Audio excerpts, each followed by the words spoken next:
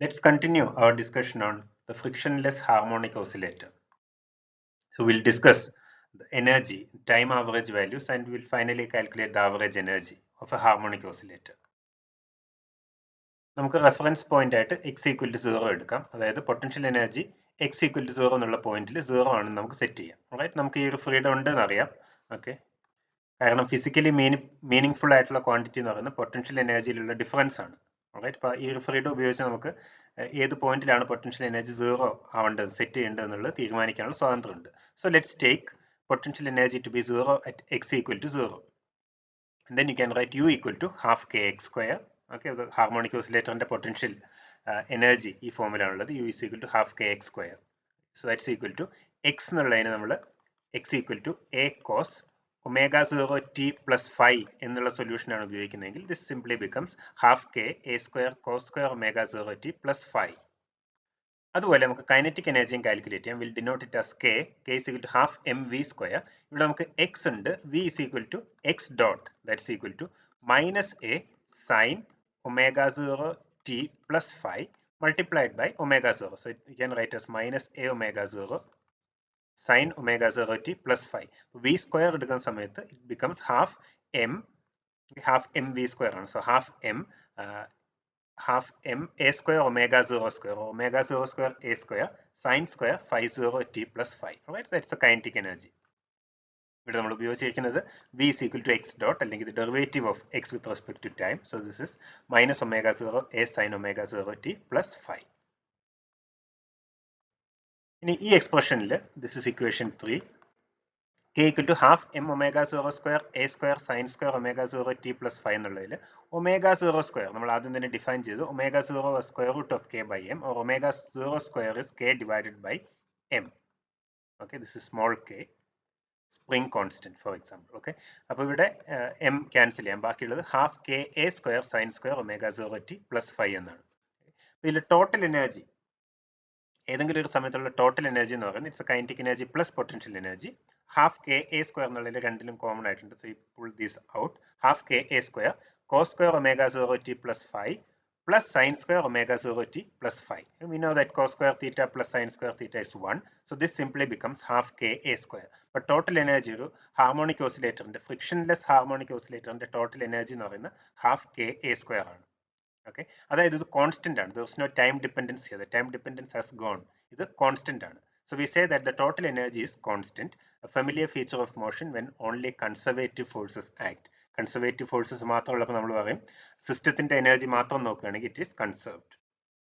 Okay, ഇപ്പോൾ conservative force എന്ന് പറഞ്ഞാൽ U can derive it from potential term. ഇപ്പോൾ U equal to half K X square എന്നുള്ള ടേമിൽ നമുക്ക് ഫോഴ്സ് ഡിറൈവ് ചെയ്തെടുക്കാം. F equal to minus, let's say, so there's only one dimension, so let's say minus du by dx. Okay, so that becomes minus kx, f equal to minus kx. So we can derive it from the potential energy term. But we can write it as a gradient of a potential. അതാണ് conservative ഫോഴ്സസിന്റെ ഒരു പ്രത്യേകത. അപ്പോൾ ഈ ഒരു ഡെഫിനേഷനിൽ നിന്നാണ് നമ്മൾ നേരത്തെ പറഞ്ഞ കാര്യം വരുന്നത്. അതായത് ഈവൻ എക്സ് എന്നുള്ളതിന് പകരം even if you put X goes to X plus X zero. Okay, X zero ഒരു കോൺസ്റ്റന്റ് ആണ്. എക്സിന് പകരം എക്സ് പ്ലസ് എക്സ് സീറോ എന്നിട്ടാലും ഡെറിവേറ്റീവ് എടുക്കുന്ന സമയത്ത് derivative of X zero is a constant. So derivative of X zero with X becomes zero. Okay, അതുകൊണ്ട് force calculate ചെയ്യുമ്പോൾ നമുക്ക് വീണ്ടും മൈനസ് കെ എക്സ് തന്നെ കിട്ടും. So you are free to add a term like this to the potential energy term, right, without changing the force. ഈ ഒരു freedom ഉപയോഗിച്ചാണ് നമ്മൾ പൊട്ടൻഷ്യൽ എനർജിയുടെ സീറോ എവിടെയാണെന്ന് നമുക്ക് സെറ്റ് ചെയ്യാം എന്ന് നേരത്തെ പറഞ്ഞത്. So the total energy is a constant for a frictionless harmonic oscillator. അതുപോലെ ഇതിൽ ഇമ്പോർട്ടൻ്റ് ആയിട്ടുള്ള വേറൊരു കാര്യമാണ് average value of a single valued integrable function. Right, അതായത് നമുക്ക് ഇവിടെ പലപ്പോഴും ആവറേജ് വാല്യൂസ് ആണ് കണ്ടത്. നമ്മൾ ഓരോ ഇൻസ്റ്റന്റിലുള്ള മെഷർമെന്റ് റിസൾട്ടിനേക്കാളും ആവറേജ് വാല്യൂസിലാണ് നമുക്ക് ഇൻട്രസ്റ്റ് ഉള്ളത്. ഓക്കെ, ലോങ് ടൈം ആവറേജ് അല്ലെങ്കിൽ കുറച്ച് സമയം കഴിയുമ്പോൾ സിസ്റ്റത്തിന്റെ നമ്മൾ ലാർജ് നമ്പർ ഓഫ് മെഷർമെന്റ്സ് എടുത്ത് അതിന്റെ ആവറേജ് വാല്യൂ എന്താണെന്നുള്ളത്. അപ്പോൾ അത് ഏതൊരു ഫംഗ്ഷന്റെയും ആവറേജ് എങ്ങനെയാണ് കാൽക്കുലേറ്റ് ചെയ്യുക എന്ന് നോക്കാം. So the average value F bar, or we'll also denote it like this. Okay, average of f or f bar. Okay, the average value f bar for a single valued integrable function f over an interval a comma b. a b എന്നുള്ള ഇന്റർവെല്ലിലുള്ള ഒരു ഫംഗ്ഷന്റെ average value നമുക്ക് ഇങ്ങനെ calculate ചെയ്യാം. It's defined to be 1 divided by b minus a. So this is the length of the integral. Sorry, the length of the interval 1 by b minus a integral a to b f of x dx. Okay, ഇതാണ് average വാല്യൂന്റെ definition. Alright. ഇത് കുറച്ചുകൂടെ clear ആയിട്ട് നമുക്ക് മനസ്സിലാക്കാൻ ശ്രമിക്കാം. This is an important definition. We'll be using it many times. Let's try to understand this a little bit further. Okay. So let's see in what sense f bar is the average or arithmetic mean of the function over the interval. Right, a comma b. ഈ ഇന്റർവെല്ലിൽ എങ്ങനെയാണ് ഇത് എന്തുകൊണ്ടാണ് ഇതിനെ average value എന്ന് വിളിക്കുന്നത് നോക്കാം. ഇത് മനസ്സിലാക്കാൻ വേണ്ടിയിട്ട് നമുക്ക് ഒരു ഡിസ്ക്രീറ്റ് കേസിലേക്ക് വരും. ഒരു കണ്ടിന്യൂസ് കേസ് ആണ്. എഫ് ഓഫ് എക്സ് എന്ന് പറയുന്നത് എക്സിന് ഓരോ വാല്യൂവിന് കറസ്പോണ്ട് ചെയ്തും the function gives you value. So this the continuous case. Okay, നമുക്ക് ഡിസ്ക്രീറ്റ് കേസിലേക്ക് പോവുകയാണെങ്കിൽ we can understand it better. അതിന് നമുക്ക് ഈ എ കൊമ ബി എന്നുള്ള ഇന്റർവെല്ലിനെ n സബ് ഇന്റർവെൽസ് ആയിട്ട് ഡിവൈഡ് ചെയ്യാം. ഓക്കെ, ഓരോ സബ് ഇന്റർവെല്ലിന്റെ ലെങ്ത് നമുക്ക് ഡെൽറ്റ എക്സ് എന്ന് എഴുതാം. അതായത് ഡെൽറ്റ എക്സ് എന്ന് പറയുന്നത് ബി മൈനസ് എ എന്നുള്ള ഇന്റർവെൽ, ബി മൈനസ് എ എന്നുള്ള ഇന്റർവെല്ലിനെ n ഈക്വൽ ഇന്റർവെൽസ് ആയിട്ട് അല്ലെങ്കിൽ n ഈക്വൽ പീസസ് ആയിട്ട് ഡിവൈഡ് ചെയ്തതാണ്. n could be large. So delta x is the we can say it's the length of each piece. Okay, b minus a divided by n. അതായത് b minus a എന്നുള്ള ഇന്റർവെല്ലിനെ n separate pieces ആയിട്ട് divide ചെയ്ത് അതിൽ ഒരു പീസിന്റെ length ആണ് delta X എന്ന് പറയുന്നത്. ഓക്കെ, അതുപോലെ we'll choose n points x1 up to xn in successive sub intervals. അതായത് നമുക്ക് ഇങ്ങനെ ഒരു ഇന്റർവെൽ ഉണ്ട്, നമ്മൾ ഇതിനെ ഡെൽറ്റ എക്സ് ലെങ്ത് ഉള്ള അല്ലെ ഡെൽറ്റ എക്സ് ലെങ്ത് ഉള്ള ഈക്വൽ ലെങ്ത് ഉള്ള ഡിഫറെന്റ് പീസസ് ആയിട്ട് ഡിവൈഡ് ചെയ്തു. ഇതിലുള്ള ഓരോ പോയിന്റിനും നമുക്ക് x1 x2 x3 x3 up to xn എന്ന് എഴുതാം, ഡിനോട്ട് ചെയ്യാം. അതായത് ഓരോ സബ് ഇന്റർവെല്ലിലുള്ള പോയിന്റ് ആണ് x1. x1 എന്ന് പറയുന്നത് ഈ ആദ്യത്തെ സബ് ഇന്റർവെൽ, ഈ ഒരു ചെറിയ ഇന്റർവെല്ലിലുള്ള ഒരു പോയിന്റ് ആണ്. x2 എന്ന് പറയുന്നത് രണ്ടാമത്തെ ഇന്റർവെല്ലിലുള്ള ഒരു പോയിന്റ് ആണ്. Like that. ഓക്കെ, അങ്ങനെയാണെങ്കിൽ നമുക്ക് ഈ എഫ് ഓഫ് എക്സ് വൺ എന്ന് പറഞ്ഞാൽ നേരത്തെ പറഞ്ഞ പോലെ ആദ്യത്തെ ഇന്റർവെല്ലിലുള്ള ഒരു പോയിന്റ് ആണ്. ഓക്കെ, അപ്പൊ ഇത് ഫംഗ്ഷനിലേക്ക് ഇട്ട് കൊടുക്കുകയാണെങ്കിൽ ഗെറ്റ് എ നമ്പർ. ഓക്കെ, അപ്പൊ F of X one, F of X two, F of X three അങ്ങനെയുള്ള പല പല നമ്പേഴ്സിന്റെ ആവറേജ് വാല്യൂ എങ്ങനെയാണ് കാൽക്കുലേറ്റ് ചെയ്യുന്നത്? അതായത് ഡിസ്ക്രീറ്റ് കേസ് ആണ്. We are talking about a discrete case. Okay, അപ്പൊ ഇതിന്റെ ആവറേജ് വാല്യൂ എന്ന് പറയുന്നത് 1 by n sum over i equal to 1 to n F of X I ആണ്. അല്ലെ, ആവറേജ് വാല്യൂ നമ്മളിപ്പോൾ ലാബോറട്ടറിയിലൊക്കെ ചെയ്യുന്ന സമയത്ത് ആവറേജ് വാല്യൂ എങ്ങനെയാണ് കാൽക്കുലേറ്റ് ചെയ്യുക? എഫ് ഓഫ് എക്സ് വൺ നമുക്ക് പല പല വാല്യൂസ് ആണ് ഓരോ തവണ മെഷർ ചെയ്യുമ്പോഴും കിട്ടുക എന്ന് കരുതുക. So F of X one plus F of X two plus F of X three, അല്ലെ, എല്ലാ വാല്യൂ ആഡ് ചെയ്യും and then you divide it by the total number of values. ഇങ്ങനെയാണ് നമുക്ക് ആവറേജ് വാല്യൂ കാൽക്കുലേറ്റ് ചെയ്യുന്നത്. അതിനെയാണ് നമ്മൾ ഇവിടെ denote ചെയ്തിരിക്കുന്നത് 1 by n sum over i equal to 1 to n F of X I. Okay, അപ്പൊ ഇവിടെ 1 by n എന്ന് പറയുന്നത് delta X divided by B minus A എന്ന് എഴുതാൻ കഴിയും. കാരണം നമ്മൾ ഡെൽറ്റ എക്സ് ഡിഫൈൻ ചെയ്ത് delta X equal to B minus A divided by N എന്നുള്ളതാണ്. So 1 by n is equal to delta X divided by B minus A. അതായത് നമ്മളിപ്പോൾ ഇവിടെ ചെയ്യുന്നത് നമുക്ക് അറിയാവുന്ന ആവറേജിന്റെ ഡെഫിനേഷനിൽ നിന്ന് നമ്മൾ ആദ്യം ഡിഫൈൻ ചെയ്ത കാര്യം കൊണ്ടുവരികയാണ് ചെയ്യുന്നത്. അതാണ് നമ്മൾ ട്രൈ ചെയ്യുന്നത്. So here we can write delta X divide by B minus A integral I equal to 1 to n F of X I. Okay, integral F of X I എന്ന് പറയുന്നത് F of X one plus F of X two plus F of X three അങ്ങനെ പോകും. ഇനി delta X എല്ലാ ഇന്റർവെലിനും same ആണ്. So you can take it into this summation. So this becomes 1 divided by b minus a integral i equal to 1 to n f of xi into delta x. അപ്പോൾ ഇതാണ് average value. നമുക്ക് മുൻപ് തന്നെ നമുക്ക് പരിചയമുള്ള average വാല്യൂന്റെ definition വെച്ച് നോക്കുമ്പോൾ നമുക്ക് കിട്ടുന്ന ഇതാണ് 1 by b minus a integral i equal to 1 to n f of xi delta x. Delta X എന്ന് പറയുന്ന ഇന്റർവെല്ലിന്റെ വിഡ്ത്ത് ആണ്. ഇനി ഡെൽറ്റ എക്സ് എന്നുള്ള ഇന്റർവെല്ലിനെ ആർബിട്രറിലി ചെറുതാക്കി കൊണ്ടുവരികയാണെങ്കിൽ you could actually make it arbitrarily small and then there would be an infinite number of pieces like that.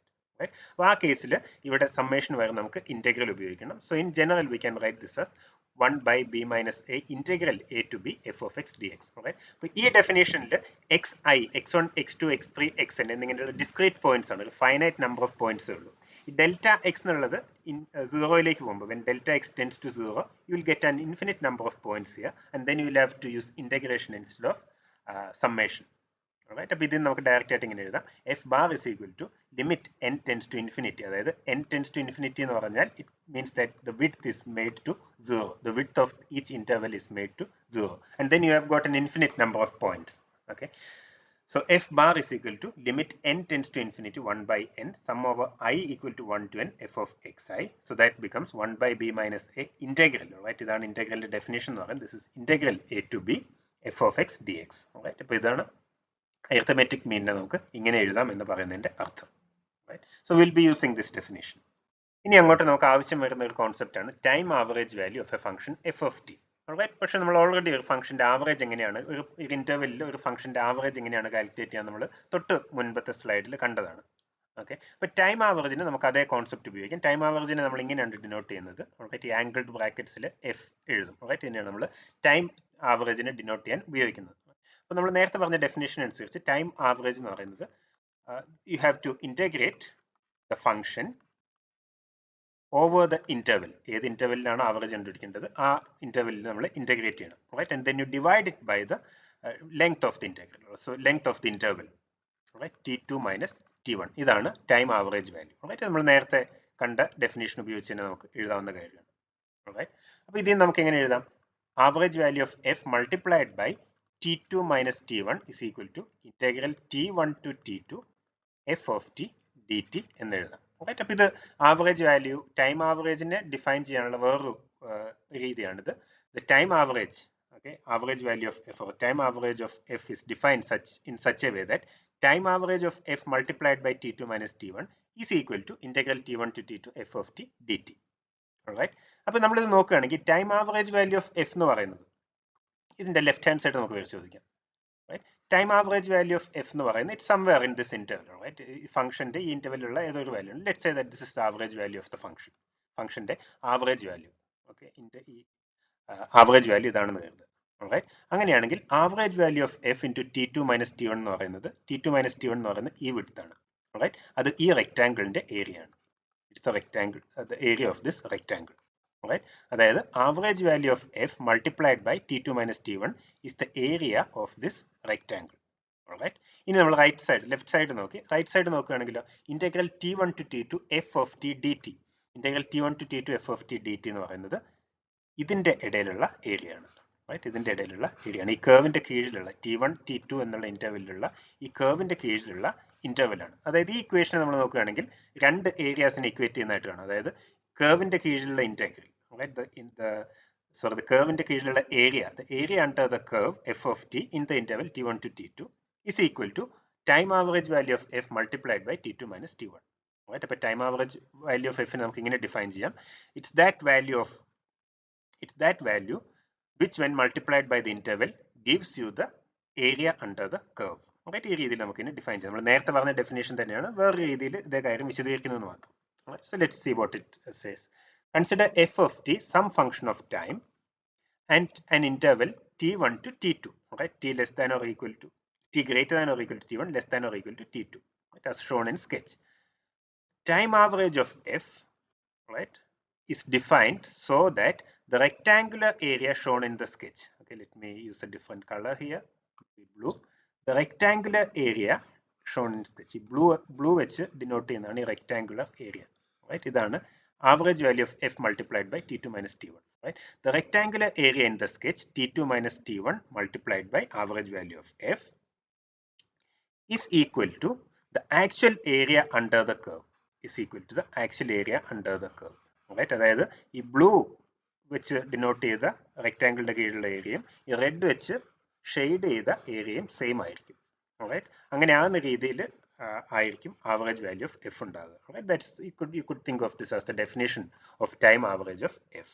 Okay, so let me shade it a little bit more for you.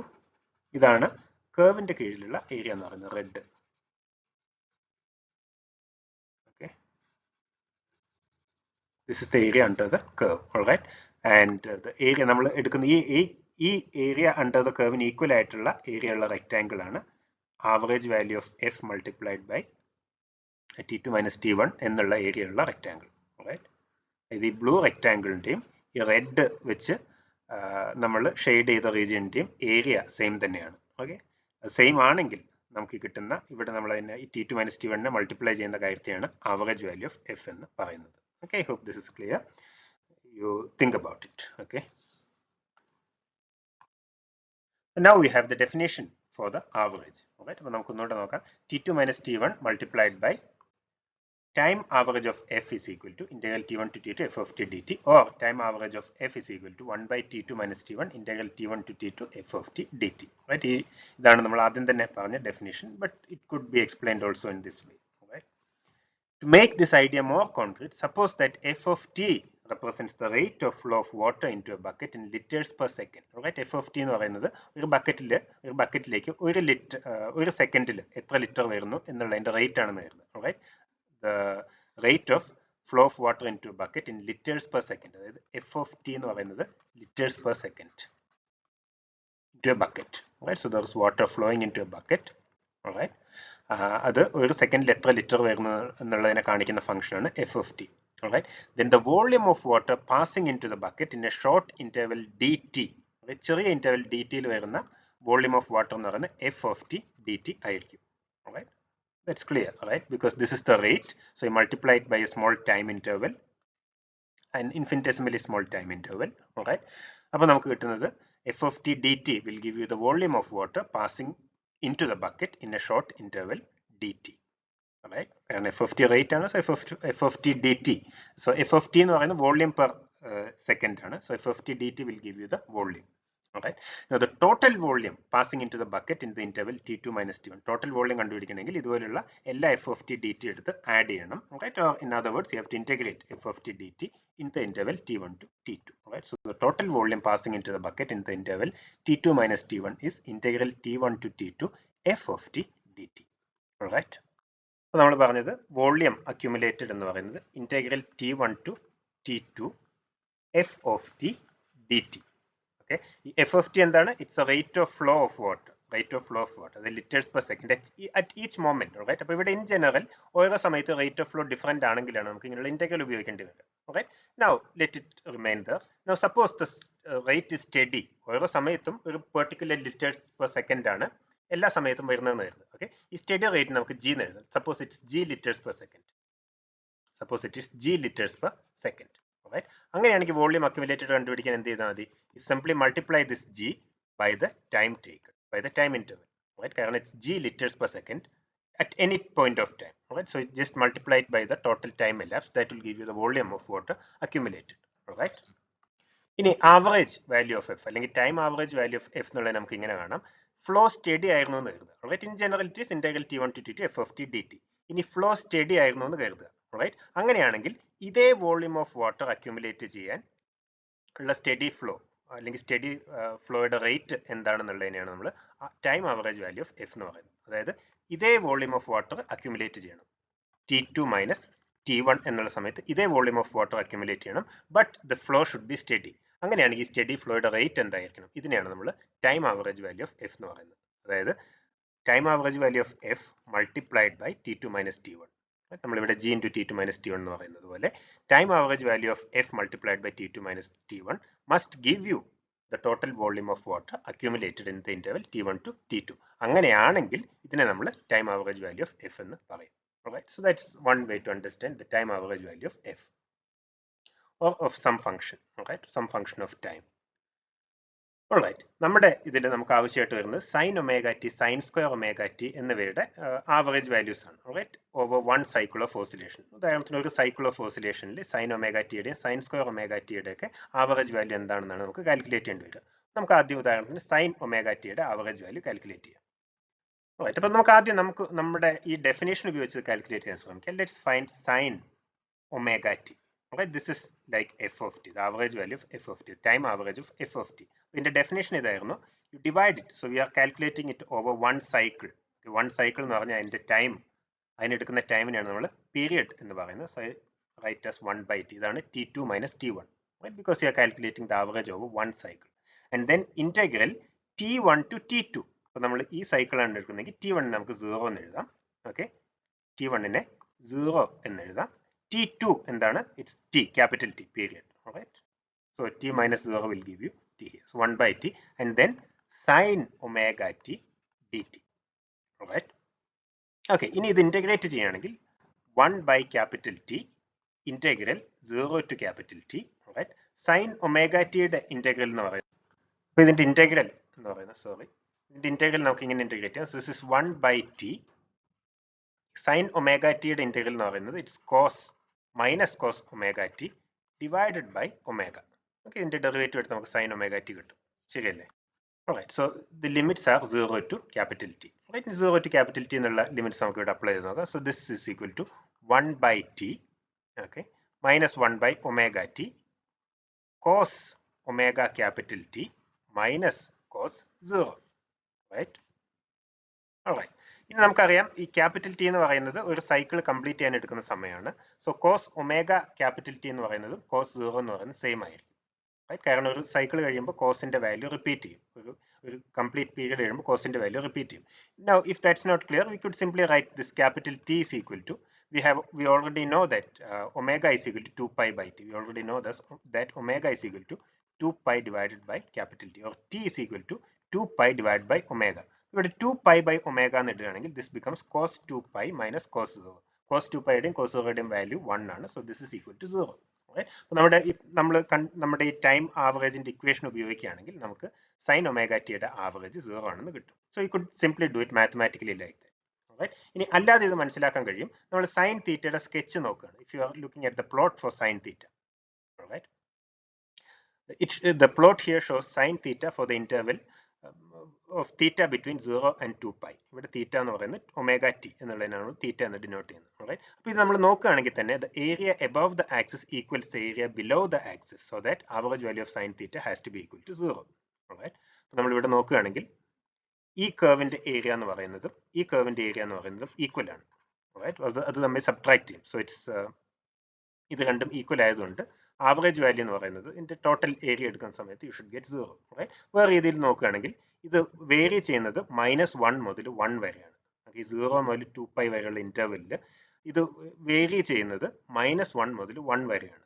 It goes from -1 goes from 0 to +1, 0, -1, 0. അപ്പോൾ -1 to 1 vary ചെയ്യുന്നത്. അപ്പോൾ -1 to 1 variation നമ്മൾ average value എടുക്കുമ്പോൾ will get 0. So in both these ways you see that the average value of sin theta is 0, അല്ലെങ്കിൽ average value, time average of sin omega t എന്ന് പറയുന്നത് 0 ആണ്. Alright. അതുപോലെ നമുക്ക് sin square omega t യുടെ average value calculate ചെയ്യാം. Alright. Again, I leave it as an exercise for you to find sin square omega t using our equation. Alright. This is 1 divided by capital T integral 0 to t sin square omega t dt. ഇത് ചെയ്യുകയാണെങ്കിൽ നമുക്ക് average value കിട്ടും. This was our definition for average value. So you find this. ഇവിടെ sin square നെ cos 2 ന്റെ ടേംസിൽ എഴുതാം, and then you can integrate it. So integrate this and give me the result. നമ്മളിവിടെ വെറുതെ ഗ്രാഫ് നോക്കുകയാണെങ്കിൽ തന്നെ മനസ്സിലാക്കാൻ കഴിയും. സൈൻ സ്ക്വയർ തീറ്റയുടെ പ്ലോട്ട് ആണ് നമ്മൾ ഇവിടെ കൊടുത്തിരിക്കുന്നത്. സൈൻ സ്ക്വയർ തീറ്റയുടെ പ്ലോട്ട് ആണ് ഇവിടെ കൊടുത്തിരിക്കുന്നത്.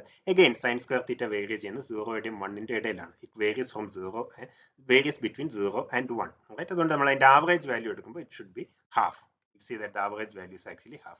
അപ്പോൾ ഇത് ചെയ്താലും നമുക്ക് കിട്ടുന്നത് ഹാഫ് എന്ന് തന്നെയായിരിക്കും. Or from this sketch you see that the average value of sin square theta is half.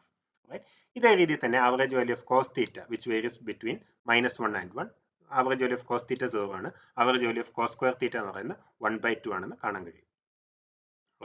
So we can also show graphically that these results hold as long as the average is taken over a whole period of oscillation. നമ്മൾ whole period of oscillation എടുക്കുകയാണെങ്കിൽ, ഇപ്പോൾ ഇത് 0 മുതൽ capital T വരെ എടുക്കണമെന്നില്ല, you could take from here and between this. ഇങ്ങനെ whole period of oscillation എടുക്കണം. If you consider a whole cycle, the average of cos theta sin theta will be 0. The average of cos square theta sin square theta will be half. So if you are not convinced by this argument, you are welcome to do this calculation. You just integrate this. You can write sin square theta in terms of cos 2 theta. So basically you can write cos 2 theta is equal to 1 minus 2 sin square theta. So from here you see that 2 sin square theta is equal to 1 minus cos 2 theta, or sin square theta is 1 minus cos 2 theta divided by 2. Now you know how to integrate this. Integrate this, apply the limits. In the end you may have to write t in terms of 2 pi and omega. So then you will see that we get the same result. Half null result തന്നെ കിട്ടും എന്ന് കാണാൻ കഴിയും. Alright.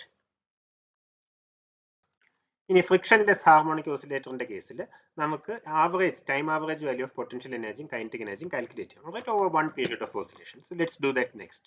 നമുക്കറിയാം average potential energy expression ഇതായിരുന്നു. It was half ka square cos square omega 0 t plus phi. അപ്പോൾ average value of u എന്ന് പറയുന്നത് half ka square, ഇത് കോൺസ്റ്റന്റ് ആണ്, and then time average of cos square omega 0 t plus phi, right? പക്ഷെ cos square theta average എന്ന് പറയുന്നത് over one cycle it's equal to 1 by 2, right? അപ്പോൾ ഇവിടെ 1 by 2 എന്ന് എഴുതുകയാണെങ്കിൽ you see that it's equal to 1 by 4 ka square. So average value of potential energy over one cycle is half ka square.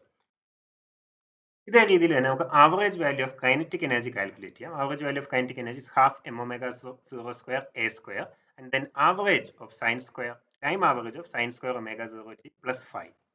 നമ്മൾ already നേരത്തെ derive ചെയ്ത expression ആണ് kinetic എനർജിയുടെ expression. അതിൽ ബാക്കിയെല്ലാം കോൺസ്റ്റൻസ് ആണ്. നമ്മൾ ആവറേജ് ചെയ്യേണ്ടത് sign square omega 0 T plus 5 എന്നുള്ള ഫംഗ്ഷനെ മാത്രമാണ്.